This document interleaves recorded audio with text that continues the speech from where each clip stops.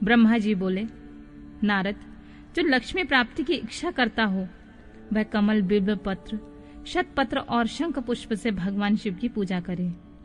ब्राह्मण, यदि 1,00,000 की संख्या में इन पुष्पों द्वारा भगवान शिव की पूजा संपन्न हो जाए तो सारे पापों का नाश हो जाता है और लक्ष्मी की प्राप्ति भी होती है। इसमें कोई संशय नहीं है। प्राचीन पुष्पों ने 20 कमलों का एक प्रस्थ बताया है। 1,000 बिल्व पत्रों को भी एक प्रस्थ कहा गया है।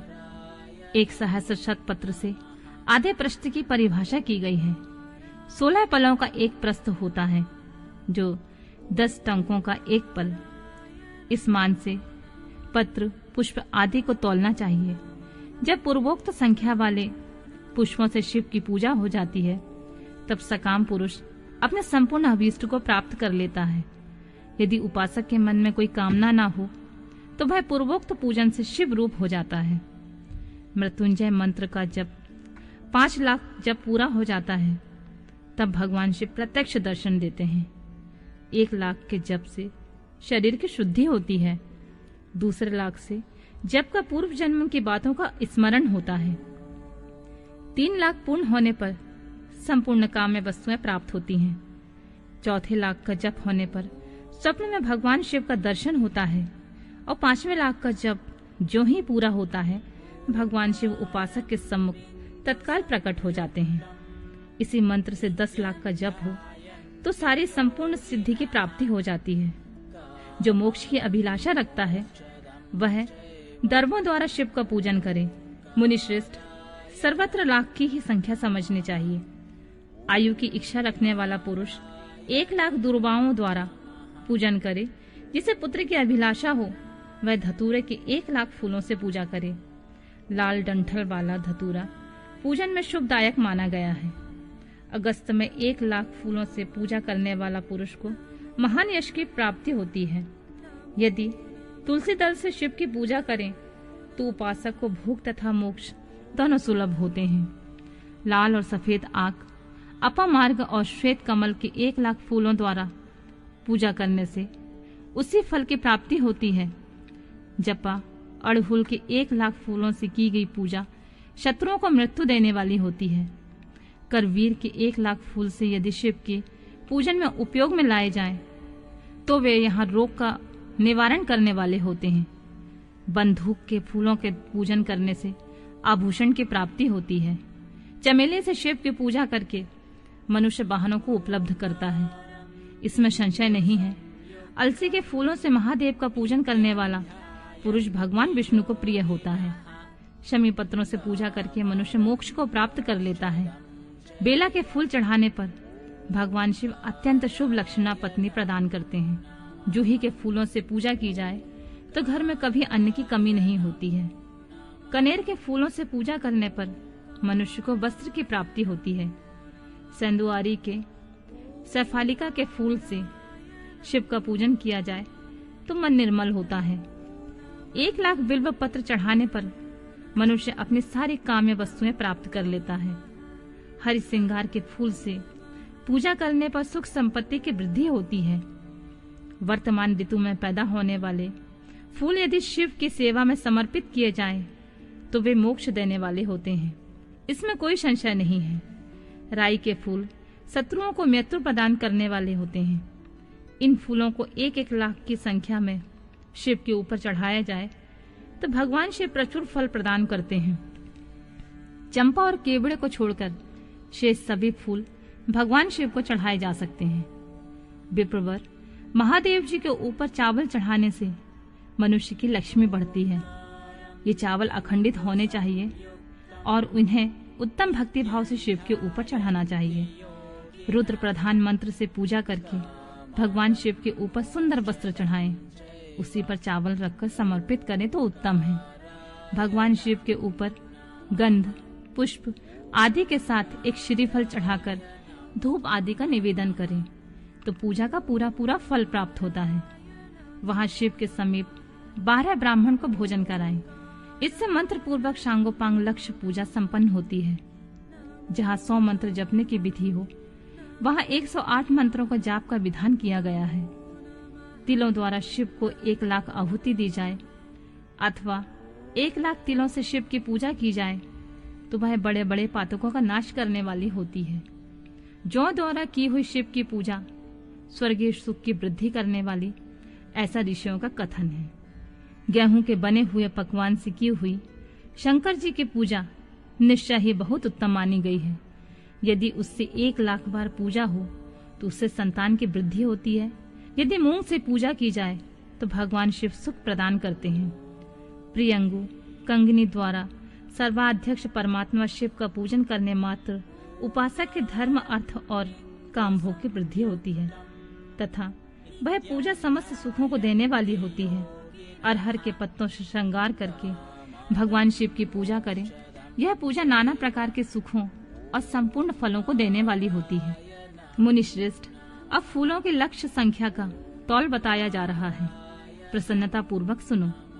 सूक्ष्म मान का प्रदर्शन करने वाले व्यास जी ने एक प्रस्थ शंख पुष्प को 1,00,000 बताया। 11 प्रस्थ चमेली के फूल हो तो वही 1,00,000 फूलों का मान कहा गया है। जूही के 1,00,000 फूलों का वही मान है। राई के 1,00,000 फूलों का वही 5.5 प्रस्थ है। उपासक को चाहिए वह निष्काम होकर मोक्ष के लिए भगवान शिव की पूजा करे।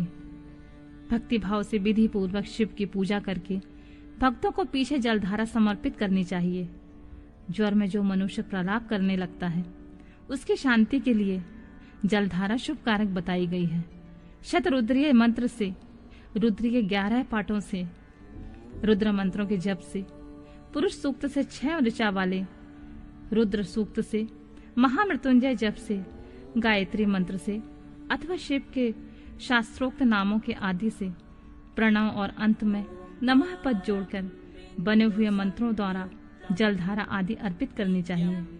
सुख और संतान की वृद्धि के लिए जलधारा द्वारा पूजन उत्तम बताया गया है। उत्तम भस्म धारण करके उपासक को प्रेम पूर्वक नाना प्रकार के शुभ एवं दिव्य द्रव्यों द्वारा शिव की पूजा करनी चाहिए और शिव पर उनके सहस्त्र नाम मंत्रों से घी की धारा चढ़ानी चाहिए। ऐसा करने पर वंश का विस्तार होता है, इसमें संशय नहीं है। इसी प्रकार यदि 10,000 मंत्रों के द्वारा शिव की पूजा की जाए तो प्रमेह रोग की शांति होती है और उपासक को मनोवांछित फलों की प्राप्ति हो जाती है। यदि कोई नपुंसकता को प्राप्त हो तो वह घी से शिव जी की भली भांति पूजा करे तथा ब्राह्मणों को पूजन कराए तथा ब्राह्मणों को भोजन कराएं। साथ ही उसके लिए मुनीश्वरों ने प्रजापत्य व्रत का भी विधान किया है। यदि बुद्धि जड़ हो जाए तो उस अवस्था में पूजक को केवल शर्करा मिश्रित दूध की धारा चढ़ानी चाहिए। ऐसा करने पर उसे बृहस्पति के समान उत्तम बुद्धि प्राप्त हो जाती है। जब तक 10,000 मंत्रों का जप पूरा न हो जाए तब तक पूर्वाक्त दूध धारा द्वारा भगवान शिव का उत्कृष्ट पूजन चालू रहना चाहिए। जब तन मन अकारण ही उचट जाए, कहीं भी प्रेम न रहे, दुख बढ़ जाए और अपने घर में सदा कलह रहने लगे, तब पूर्वोक्त रूप से दूध की धारा चढ़ाने से सारा दुख नष्ट हो जाता है। सुवासित तेल की पूजा से भोगों की वृद्धि होती है। यदि मधु से पूजा की जाए तो राजयक्षमा रोग दूर हो जाता है।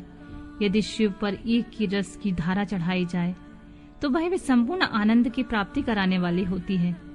गंगा जल की धारा से तो भोग और मोक्ष दोनों फलों को देने वाली होती है। जो ये सब धाराएं बताई गई हैं, इन सबको महामृत्युंजय से चढ़ाना चाहिए। उसमें भी उक्त मंत्र का विधानतः 10,000 जप करना चाहिए और 11 ब्राह्मण को भोजन कराना चाहिए। नारद जी के पूछने पर ब्रह्मा जी बोले, मुने, हमें पूर्वोक्त आदेश देकर जब महादेव जी अंतर्ध्यान हो गए तब मैं उनकी आज्ञा का पालन करने के लिए ध्यान मग्न हो कर्तव्य का विचार करने लगा। उस समय भगवान शंकर को नमस्कार करके श्री हरि से ज्ञान पाकर परमानंद को प्राप्त हो मैंने सृष्टि करने का निश्चय किया। तात भगवान विष्णु भी वहां सदा शिव को प्रणाम करके मुझे आवश्यक उपदेश देकर तत्काल अदृश्य हो गए। वे ब्रह्मांड से बाहर जाकर भगवान शिव की कृपा प्राप्त करके बैकुंठ धाम में जा पहुंचे और सदा वहीं रहने लगे। मैंने सृष्टि की इच्छा से भगवान शिव और विष्णु का स्मरण करके पहले के रचे हुए जल में अपनी अंजलि डालकर जल को ऊपर की ओर उछाला। इसमें वहां एक अंड प्रकट हुआ जो 24 तत्वों का समूह कहा जाता है। विप्रवर, वह विराट आकार वाला अंड जड़ रूप ही था। उसमें चेतनता न देखकर मुझे बड़ा संशय हुआ और मैं अत्यंत कठोर तप करने लगा।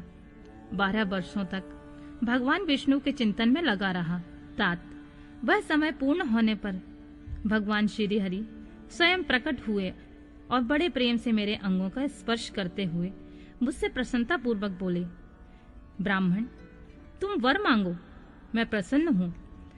मुझे तुम्हारे लिए कुछ अदेय नहीं है। भगवान शिव की कृपा से मैं सब कुछ देने में समर्थ हूं। ब्रह्मा बोले, महाभाग, आपने जो मुझ पर कृपा की है वह सर्वथा उचित है, क्योंकि भगवान शंकर ने मुझे आपके हाथों में सौंप दिया है। विष्णु, आपको नमस्कार है। आज मैं आपसे जो मांगता हूँ उसे दीजिए। प्रभु, वह विराट रूप 24 तत्वों से बना हुआ अंड किसी तरह चेतन नहीं हो रहा है, जड़ीभूत दिखाई देता है। हरे, उस समय भगवान शिव की कृपा से आप यहाँ प्रकट हुए हैं। अतः शंकर के सृष्टि शक्ति या विभूति से प्राप्त हुए इस अंड में चेतनता लाइए। मेरे ऐसा कहने पर शिव की आज्ञा में तत्पर रहने वाले महाविष्णु ने अनंत रूप का आश्रय ले उस अंड में प्रवेश किया। उस समय उन परम पुरुष के सहस्त्रों मस्तक, सहस्त्रों नेत्र और सहस्त्रों पैर थे। उन्होंने भूमि को सब ओर से घेरकर उस अंड को व्याप्त कर लिया।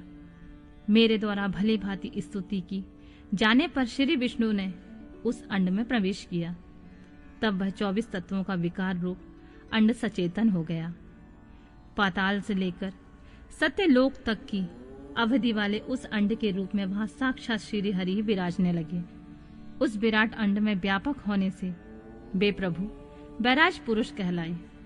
पज्यमुख महादेव ने केवल अपने रहने के लिए सुरभ में कैलाश नगर का निर्माण किया, जो सब लोगों से ऊपर सुशोभित होता है। देवर्षि, संपूर्ण ब्रह्मांड का नाश हो जाने पर वैकुंठ और कैलाश, इन दोनों धामों का कभी नाश नहीं होता है। मुनि श्रेष्ठ, मैं सत्यलोक का आश्रय लेकर रहता हूँ। तात, महादेव जी की आज्ञा से मुझ में सृष्टि रचने की इच्छा उत्पन्न हुई है। बेटा, जब मैं सृष्टि की इच्छा से चिंतन करने लगा, उस समय पहले मुझ में अनजान में ही पापपूर्ण तमोगुणी सृष्टि का प्रादुर्भाव हुआ, जिसे अविद्या पज्जक अथवा पज्ज पर्वा अविद्या कहते हैं। तत्पश्चात प्रसन्नचित होकर शंभु की आज्ञा से मैं पुनः अनासक्त भाव से सृष्टि का चिंतन करने लगा। उस समय मेरे द्वारा स्थावर संज्ञक वृक्ष आदि की सृष्टि हुई, जिसे मुख्य सर्ग कहते हैं। यह पहला सर्ग है। उसे देखकर तथा अपने लिए पुरुषार्थ का साधक नहीं है, यह जानकर सृष्टि की इच्छा रखने वाले मुझ ब्रह्मा से दूसरा सर्ग प्रकट हुआ, जो दुख से भरा हुआ है। उसका नाम है तिर्यक स्त्रोता। जो सर्ग भी पुरुषार्थ का साधक नहीं है, उसे भी पुरुषार्थ साधन की शक्ति से रहित जान जब मैं पुनः सृष्टि का चिंतन करने लगा, तब मुझसे शीघ्र ही तीसरे सात्विक सर्ग का प्रादुर्भाव हुआ, जिसे ऊर्ध्व स्त्रोता कहते हैं। यह वेद सर्ग के नाम से विख्यात हुआ। वेद सर्ग सत्यवादी तथा अत्यंत सुखदायक है। उसे भी पुरुषार्थ साधन की रुचि एवं अधिकार से रहित मानकर मैंने अन्य सर्ग के लिए अपने स्वामी श्री शिव का चिंतन आरंभ किया। तब भगवान शंकर की आज्ञा से एक रजोगुणी सृष्टि का प्रादुर्भाव हुआ, जिसे अवाक्य स्त्रोता कहते हैं। इस स्वर्ग के प्राणी मनुष्य हैं, जो पुरुषार्थ साधन के उच्च अधिकारी हैं।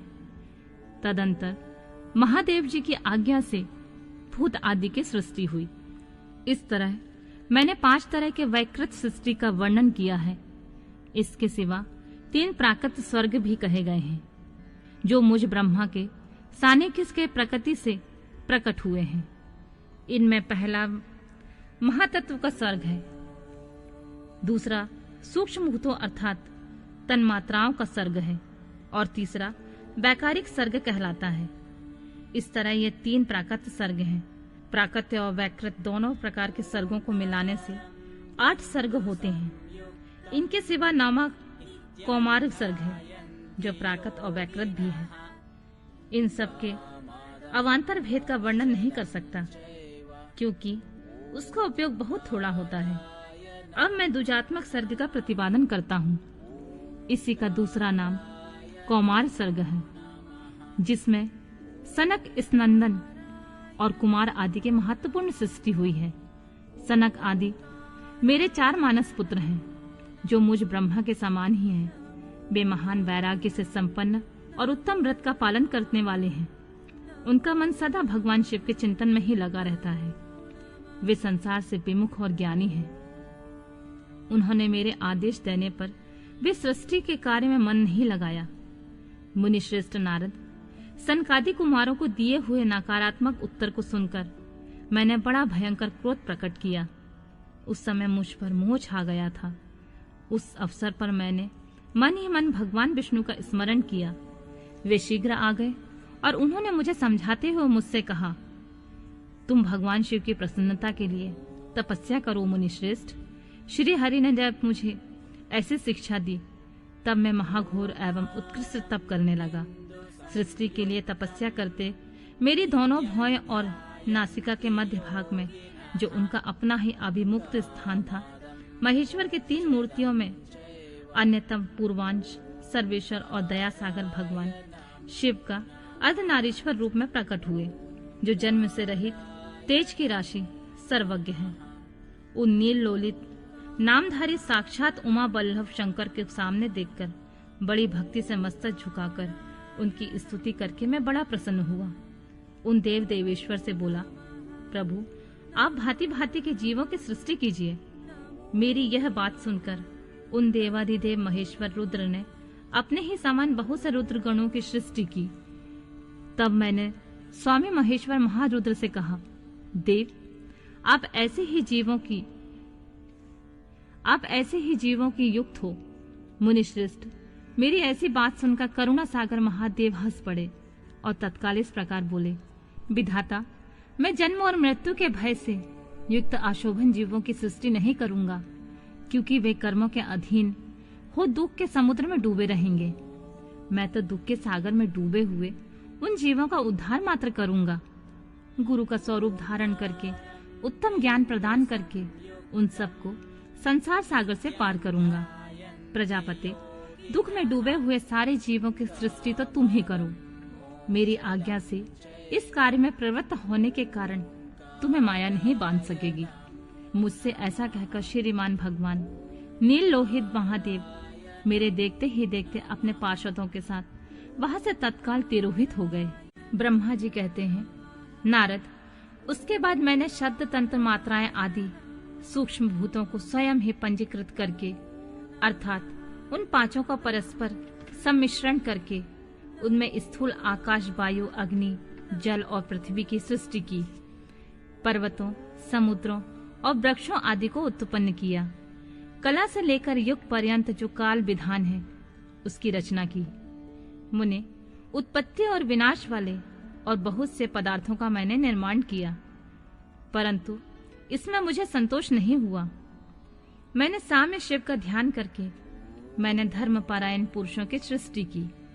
अपने दोनों नेत्रों से मरीचिकों को, हृदय को, मृग को, शिर से अंगिरा को, व्यान वायु से मुनिश्रेष्ठ पुलह को, उदान वायु से पुलस्त्य को, समान वायु से वशिष्ठ को, अपान से कृतु को, दोनों कानों से आत्री को, प्राणों से दक्ष को, गोद से तुमको, छाया से कर्मन मोदी को तथा संकल्प से समस्त साधनों के साधन से धर्म को उत्पन्न किया। मुनिश्रेष्ठ, इस तरह उन उत्तम साधकों की सृष्टि करके महादेव जी की कृपा से मैंने अपने आप को कृतार्थ माना। तत्पश्चात संकल्प से उत्पन्न हुए धर्म मेरी आज्ञा से मानव रूपी धारण करके साधक की प्रेरणा से साधन में लग गए। इसके बाद मैंने अपने विशिष्ट अंगों से देवता, असुर आदि के रूप में असंख्य पुत्रों की सृष्टि करके उन्हें भिन्न भिन्न शरीर प्रदान किए। मुने, तदंतर अंतर्यामी भगवान शंकर की प्रेरणा से अपने शरीर को 2 भागों में विभक्त करके मैं दूरूप वाला हो गया। नारद आधे शरीर में स्त्री हो गया, आधे से पुरुष। उस पुरुष ने स्त्री के गर्भ से सर्वसाधन समर्थ उत्तम जोड़ों को उत्पन्न किया। उस जोड़ों में जो पुरुष था वह सौभायंभू मनु के नाम से प्रसिद्ध हुआ। मनु उच्च कोटि के साधक हुए। जो स्त्री हुई वह सतरूपा कहलाई। वह योगिनी एवं तपस्विनी हुई। तात मनु ने वैवाहिक विधि से अत्यंत सुंदरी सतरूपा का पारिग्रहण किया और उससे वे मैथुन जाति सृष्टि उत्पन्न करने लगे। उन्होंने शतरूपा से प्रियवत तथा उत्तानपाद नामक 2 पुत्र और 3 कन्याएं उत्पन्न की। कन्याओं के नाम आकृति, देवहूति और प्रसूति। मनु ने आकृति का विवाह प्रजापति रुचि के साथ किया। मंजली पुत्री देवहूति कर्मत को ब्याह दी और उत्तानपाद की सबसे छोटी बहन प्रसूति प्रजापति दक्ष को दे दी। उनकी संतान परंपराओं में समस्त चराचर जगत व्याप्त है। रुचि से आकृति के गर्भ से यज्ञ और दक्षिणा नामक स्त्री पुरुष का जोड़ा उत्पन्न हुआ। यक्ष के दक्षिणा से 12 पुत्र हुए। मुने कर्मत द्वारा देवहूति के गर्भ से बहुत से पुत्रियां उत्पन्न हुई। दक्ष के प्रसूति से 24 कन्याएं हुई।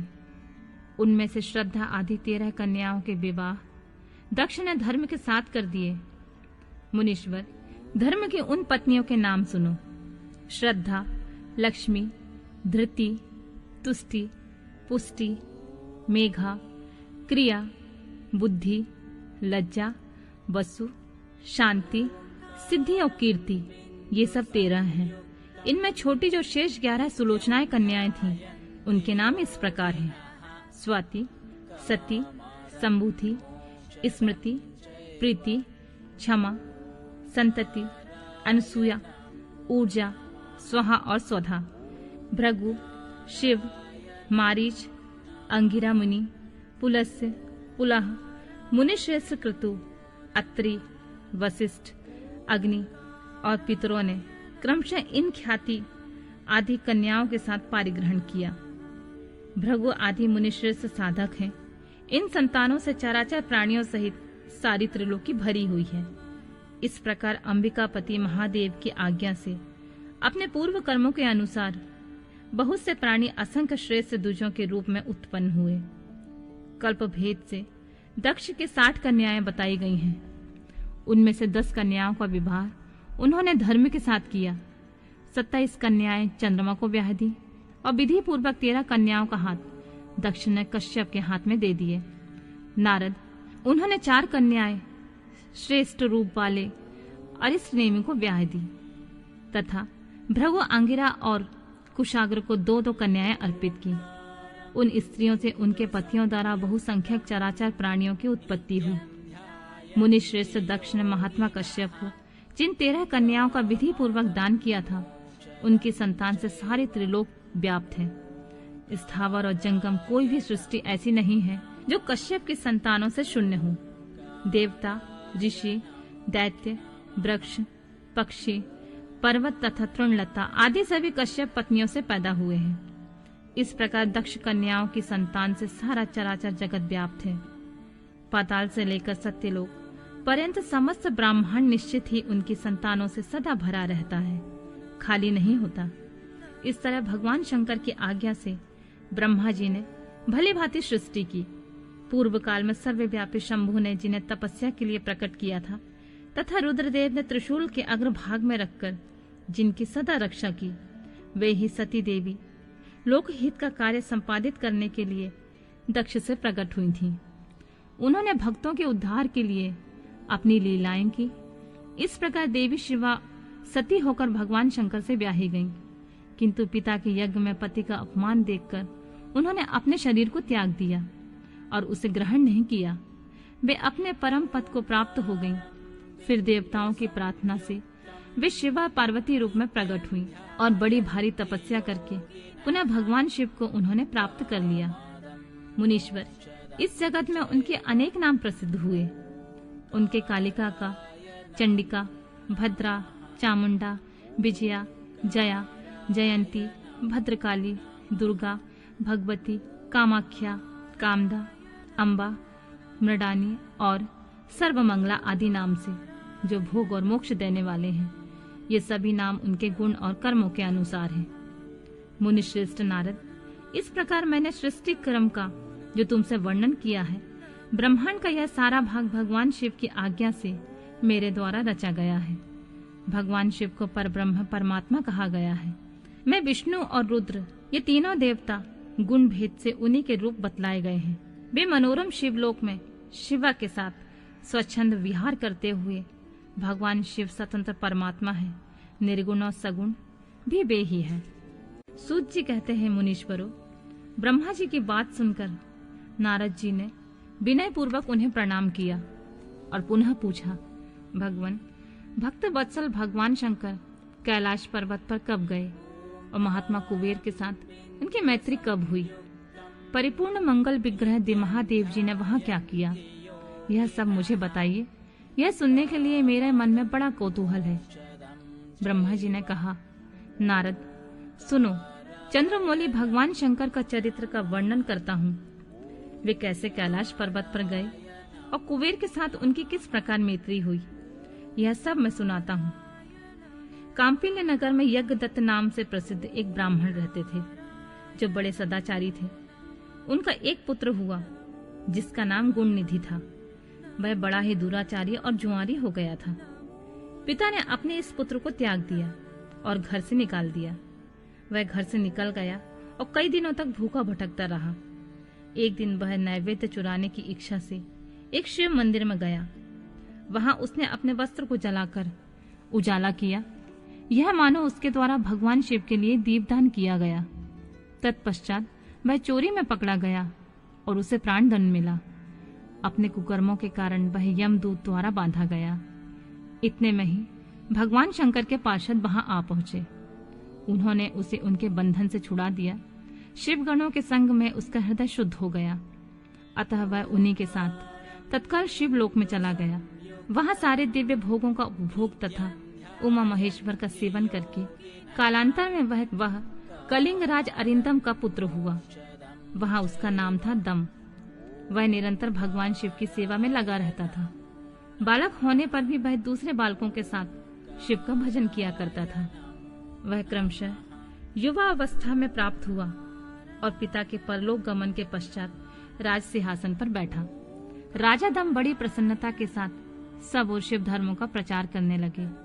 भूपाल दम का दमन करना दूसरों के लिए सर्वथा कठिन था। ब्राह्मण समस्त शिवालयों में दीपदान करने के अतिरिक्त वे दूसरे किसी धर्म को नहीं जानते थे। उन्होंने अपने राज्य में रहने वाले समस्त ग्रामाध्यक्षों को बुलाकर यह आज्ञा दे दी कि शिव मंदिर में दीपदान करना सबके लिए अनिवार्य होगा। जिस जिस ग्रामाध्यक्ष के गांव में जितने शिवालय हैं, वहां वहां बिना कोई विचार किए सदा दीप जलाना चाहिए। आजीवन इसी धर्म का पालन करने के कारण राजा दम ने बहुत बड़ी धर्म संपत्ति का संचय कर लिया। फिर वे काल धर्म के अधीन हो गए। दीपदान की वासना से युक्त होने के कारण उन्होंने शिवालय में बहुत से दीप जलवाए और उसके फल स्वरूप जन्मांतर से वे रत्नमय दीपों के प्रभा से आश्रय हो। दीपदान की वासना से युक्त होने के कारण उन्होंने शिवालयों में बहुत से दीप जलवाए और उसके फल स्वरूप जन्मांतर में रत्नमय दीपों की प्रभा के आश्रय हो अलकापुरी के स्वामी हुए। इस प्रकार भगवान शिव के लिए किया हुआ थोड़ा सा भी हवन या आराधन समय अनुसार महान फल देता है। ऐसा जानकर उत्तम सुख की इच्छा रखने वाले लोगों को शिव का भजन अवश्य करना चाहिए। वह दीक्षित का पुत्र जो सदा सब प्रकार के अधर्मों से रचा पचा रहता था, देवयोग से शिवालय में धन चुराने के लिए गया और उसने स्वार्थवश अपने कपड़े को दीपक की बत्ती बनाकर उसके प्रकाश से शिवलिंग के ऊपर अंधेरा दूर कर दिया। इन सत्कर्म के फलस्वरूप वह कलिंग देश का राजा हुआ और धर्म में उसका अनुराग हो गया। फिर दीप की वासना का उदय होने से शिवालय में दीप जलवाकर उसने यह दिक्पाल का पद पा लिया। मुनीश्वर, देखो तो सही, कहाँ उसका वह कर्म और कहाँ उसके दिक्पाल की पदवी। जिसका यह मानव धर्म प्राणी इस समय यह उपभोग कर रहा है। तात, यह तो उसके ऊपर शिव के संतुष्ट होने की बात बताई गई है। अब एकचित होकर यह सुनो कि किस प्रकार सदा के लिए उसकी भगवान शिव के साथ मित्रता हो गई। मैं इस प्रसंग का तुमसे वर्णन करता हूँ। नारद, पहले के पाद्य कल्प की बात है। मुझ ब्रह्मा के मानस पुत्र पुलस से विश्वा का जन्म हुआ और विश्वा के पुत्र वैश्रवण कुबेर हुए। उन्होंने पूर्व काल में अत्यंत उग्र तपस्या के द्वारा त्रिनेत्रधारी महादेव की आराधना करके विश्वकर्मा की बनाई हुई उस अलकापुरी का उपभोग किया। जब वह कल्प व्यतीत हो गया और मेघवाहन कल्प आरंभ हुआ, तब उस समय यज्ञदत्त का पुत्र, जो प्रकाश का दान करने वाला था, कुबेर के रूप में अत्यंत दुस्सह तपस्या करने लगा। दीपदान मात्र से मिलने वाली शिव भक्ति के प्रभाव को जानकर वह शिव की चित प्रकाशित का काशीपुरी नगरी में गया। अपने चित रूपी रत्नमय प्रदीपों से 11 रुद्रों को उद्बोधित करके अनन्य भक्ति एवं स्नेह से संपन्न हो, वह तन्मयता पूर्वक शिव के ध्यान में मग्न हो निश्चल भाव से बैठ गया। जो शिव की एकता का महान पात्र है, तप रूपी अग्नि से बढ़ा हुआ है। काम क्रोधाग्नि महाविद अग्नि रूपी पतंगों के आघात से शून्य है। प्राण निरोधी रूपी वायु शून्य स्थान में निश्चल भाव से प्रकाशित है। निर्मल दृष्टि के कारण स्वरूप से भी निर्मल है तथा श्रद्धा रूपी पुष्पों से जिनकी पूजा की जाती है, ऐसे शिवलिंग की प्रतिष्ठा करके वह तब तक तपस्या में लगा रहा जब तक उसके शरीर में केवल अस्थि और चर्मात्र ही अवशिष्ट नहीं रह गए। इस प्रकार उसने 10,000 वर्षों तक तपस्या की। तदनंतर विशालाक्षी पार्वती के साथ भगवान विश्वनाथ कुबेर के पास आए। उन्होंने प्रसन्नचित्त से अलकापति की ओर देखा। वे शिवलिंग में मन को एकाग्र करके ठूठे काठ की भांति स्थिर भाव से बैठे थे। भगवान शिव ने उनसे कहा, अलकापति, मैं वर देने के लिए उद्यत हूं, तुम अपना मनोरथ बताओ। यह वाणी सुनकर तपस्या के धनी कुबेर ने जो ही आंखें खोलकर देखा, त्यों ही उमा वल्लभ भगवान श्रीकंठ सामने खड़े दिखाई दिए। वे उदय काल के सहस्त्रों सूर्यों से भी अधिक तेजस्वी थे। उनके मस्तक पर चंद्रमा अपनी चांदनी बिखेर रहे थे। भगवान शंकर के तेज से उनकी आंखें चौंधिया गईं। उनका तेज प्रतिहत हो गया। वे नेत्र बंद करके मनोरथ से परे विराजमान देव देवेश्वर शिव से बोले, नाथ, मेरे नेत्रों को वह दृष्टि शक्ति दीजिए जिससे आपके चरणार बिंदों का मैं दर्शन कर सकूं। स्वामी, आपका प्रत्यक्ष दर्शन हो, यही मेरे लिए सबसे बड़ा वर है। ईश, दूसरे किसी वर से मेरा क्या प्रयोजन है। चंद्रशेखर, आपको नमस्कार है। कुबेर की यह बात सुनकर देवादिदेव उमापति ने अपनी हथेली से उनका स्पर्श करके उन्हें देखने की शक्ति प्रदान की। दृष्टि शक्ति मिल जाने पर यज्ञदत्त के उस पुत्र ने आंखें फाड़ फाड़ कर पहले उमा की ओर देखना आरंभ किया। वह मन ही मन सोचने लगा, भगवान शंकर के समीप वह सर्वांग सुंदरी कौन है? इसने ऐसा कौन सा तप किया जो मेरी भी तपस्या से बढ़ गया है? यह रूप, यह प्रेम, यह सौभाग्य और यह असीम शोभा सभी अद्भुत है। वह ब्राह्मण कुमार बार बार यही कहने लगा। जब बार बार यही कहता हुआ वह क्रूर दृष्टि से उनकी ओर देखने लगा, तब वामा के अवलोकन से उनकी बाएं आंख फूट गई। तदनंतर देवी पार्वती ने महादेव जी से कहा, प्रभु, यह दुष्ट तपस्वी बार बार मेरी ओर देखकर क्या बक रहा है? आप मेरी तपस्या के तेज को प्रकट कीजिए। देवी की यह बात सुनकर भगवान शिव ने हंसते हुए उनसे कहा, उमे, यह तुम्हारा पुत्र है। यह तुम्हें क्रूर दृष्टि से नहीं देख सकता, अपितु तुम्हारी तप संपत्ति का वर्णन कर रहा है। देवी से ऐसा कहकर भगवान शिव पुनः उस ब्राह्मण कुमार से बोले, वत्स, मैं तुम्हारी तपस्या से संतुष्ट होकर तुम्हें वर देता हूँ। तुम निधियों के स्वामी और गुहाओं के राजा हो जाओ। सुव्रत, यक्षों, किन्नरों और राजाओं के भी राजा होकर पुण्य जनों के पालक और सबके लिए धन के दाता बनो। मेरे साथ तुम्हारी सदा मैत्री बनी रहेगी और मैं नित्य तुम्हारे निकट निवास करूंगा। मित्र, तुम्हारी प्रीति बढ़ाने के लिए मैं अलका के पास ही रहूंगा। आओ, इन उमा देवी के चरणों में साष्टांग प्रणाम करो। महाभक्त यज्ञदत्त कुमार, तुम अत्यंत प्रसन्न चित्त से इनके चरणों में गिर जाओ। ब्रह्मा जी कहते हैं, नारद, इस प्रकार वर देकर भगवान शिव ने पार्वती देवी से फिर कहा, देवश्वरी, इस पर कृपा करो। तपस्विनी, यह तुम्हारा पुत्र है। भगवान शंकर का यह कथन सुनकर जगदम्बा पार्वती ने प्रसन्नचित्त होकर यज्ञदत्त कुमार से कहा, वत्स, भगवान शिव में सदा तुम्हारी निर्मल भक्ति बनी रहे। तुम्हारी बाईं आंख तो फूट गई है, इसलिए एक ही पिंगल नेत्र से युक्त रहो। महादेव जी ने जो वर दिए हैं वे सब उसी रूप में सुलभ हों। बेटा, मेरे रूप के प्रति ईर्ष्या करने के कारण तुम कुबेर नाम से प्रसिद्ध हो जाओगे। और कुबेर का वर देकर भगवान देवेश्वर पार्वती के साथ अपने विश्वेश्वर धाम चले गए। इस तरह कुबेर ने भगवान शंकर की मैत्री प्राप्त की और अलकापुरी के पास जो कैलाश पर्वत है वह भगवान शंकर का निवास हो गया। भगवान शिव का कैलाश पर्वत पर गमन तथा सृष्टि खंड का उपसंहार। ब्रह्मा जी कहते हैं, नारद मुने, कुबेर के तपोबल से भगवान शिव का जिस प्रकार पर्वत श्रेष्ठ कैलाश पर शुभागमन हुआ है वह प्रसंग सुनो। कुबेर को वर देने वाले विश्वेश्वर शिव जब उन्हें निधिपति होने का वर देकर अपने उत्तम स्थान को चले गए, तब उन्होंने मन ही मन इस प्रकार विचार किया, ब्रह्मा जी के ललाट से जिनका प्रादुर्भाव हुआ है तथा जो प्रलय का कार्य संभालते हैं वे रुद्र मेरे पूर्ण स्वरूप हैं। अतः उन्हीं के रूप में मैं गुहाओं के निवास स्थान कैलाश पर्वत को जाऊंगा। उन्हीं के रूप में कुबेर का मित्र बनकर उसी पर्वत पर विलास पूर्वक रहूंगा और बड़ा भारी तप करूंगा। शिव की इच्छा का चिंतन करके उन रुद्रदेव ने कैलाश जाने के लिए उत्सुक डमरू बनाया। डमरू की वह ध्वनि जो उत्साह बढ़ाने वाली थी तीनों लोकों में व्याप्त हो गई। उनका विचित्र एवं गंभीर शब्द आवाहन की गति से युक्त था, अर्थात सुनने वालों को अपने पास आने के लिए प्रेरणा दे रहा था।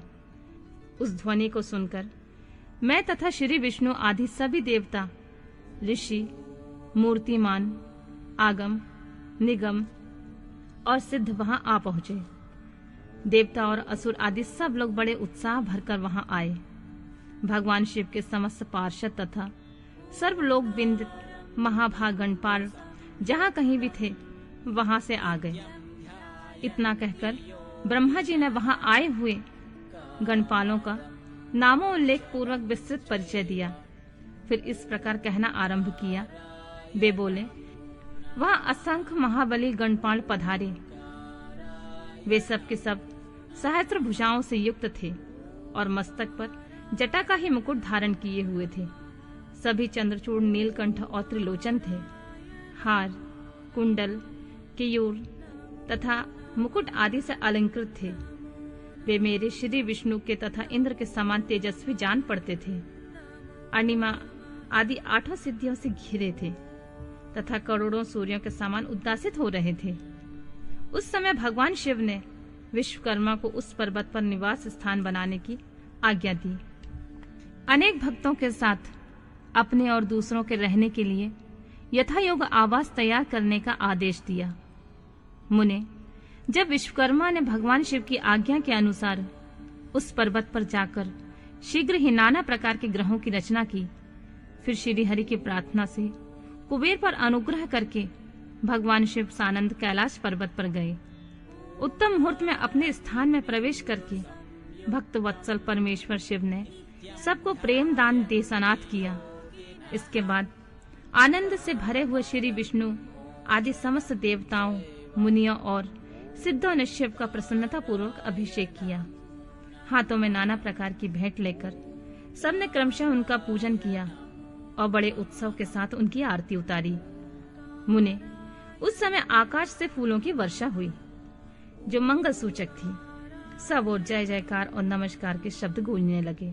महान उत्साह फैला हुआ था जो सबको सुख बढ़ा रहा था।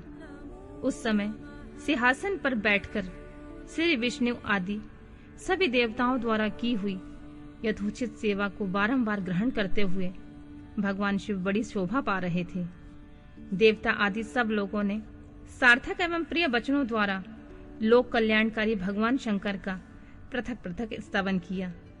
सर्वेश्वर मुनि प्रसन्नचित वह स्तवन सुनकर उन सबको प्रसन्नता पूर्वक मनोवांछित फल एवं अभीष्ट वस्तुएं प्रदान की। मुने तदनंतर श्री विष्णु के साथ मैं तथा अन्य देवता और मुनि मनोवांछित वस्तु पाकर आनंदित होकर भगवान शिव की आज्ञा से अपने अपने धाम को चले गए। कुबेर भी शिव की आज्ञा से प्रसन्नता पूर्वक अपने स्थान को गए। फिर वे भगवान शंभु जो सर्वथा स्वतंत्र हैं, योग परायण एवं ध्यान तत्पर होकर पर्वत प्रवर कैलाश पर रहने लगे। कुछ काल बिना पत्नी के ही बिताकर परमेश्वर शिव ने दक्ष कन्या सती को पत्नी के रूप में प्राप्त किया। देवर्षि फिर वे महेश्वर दक्ष कुमारी सती के साथ विहार करने लगे और लोकाचार पारायण से सुख का अनुभव करने लगे। मुनीश्वर, इस प्रकार मैंने तुमसे यह रुद्र के अवतार का वर्णन किया है, साथ ही उनके कैलाश पर आगमन और कुबेर के साथ मैत्री का प्रसंग सुनाया है। कैलाश के अंतर्गत होने वाली उनकी ज्ञानवर्धिनी लीला का वर्णन किया है, जो इहलोक और परलोक में सदा संपूर्ण मनोवांछित फल देने वाली होती है। जो एकाग्रचित हो इस कथा को सुनता या पढ़ता है, वह इस लोक में भोग पाकर परलोक में मोक्ष लाभ करता है।